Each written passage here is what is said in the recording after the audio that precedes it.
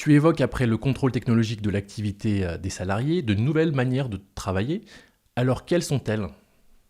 Elles sont aujourd'hui très très nombreuses. On a alors jusqu'à présent, on avait l'organisation du travail très classique, très hiérarchisée, où tout le monde était à la même heure, au même endroit dans l'entreprise. C'est un petit peu l'image d'Épinal qu'on a encore dans le code du travail, avec un horaire collectif.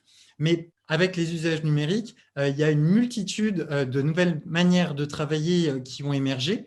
Elles sont plus ou moins partagées. Le télétravail n'est pas vraiment nouveau, mais il est aujourd'hui de plus en plus présent dans le quotidien des salariés. Mais entre le 100% télétravail et puis le 100% travail dans l'entreprise qu'on connaissait jusqu'à présent et qui était un petit peu l'image d'Épinal du code du travail, il y a toute une palette, si je puis dire, de scénarios avec des gens aussi qui vont travailler pour différentes entreprises.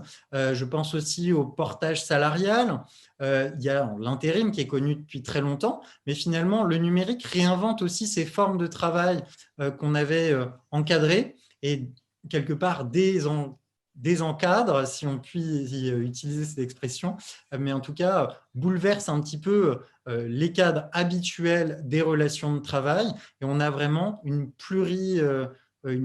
grande palette de façons de travailler aujourd'hui qu'on n'avait pas forcément envisagé dans le code du travail et qui pose des questions nouvelles pour les collaborateurs, souvent sur la question du lieu, sur la question du temps de travail, comment on mesure le temps de travail, quand est-ce qu'on travaille, quand est-ce qu'on ne travaille pas. Je pense aussi à la question des usages pro-perso, notamment à des outils comme LinkedIn, qui changent beaucoup la façon de travailler. Jusqu'à présent, les outils étaient fournis par les entreprises. Et aujourd'hui, les gens ont de plus en plus tendance à utiliser leurs propres outils ou à utiliser des outils grand public pour travailler. LinkedIn en est un parfait exemple. Quand on est un recruteur, on utilise son profil LinkedIn pour recruter des personnes.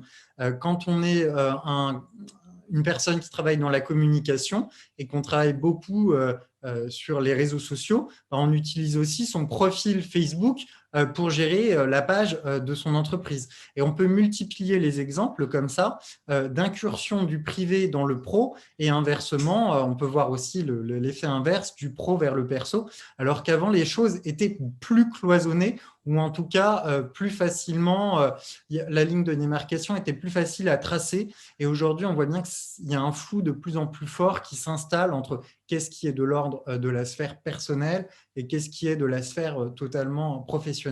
Et c'est encore plus difficile parce que c'est vraiment propre à chaque individu. Il n'y a pas une manière de travailler, mais il y a une manière de travailler par personne, j'ai envie de dire.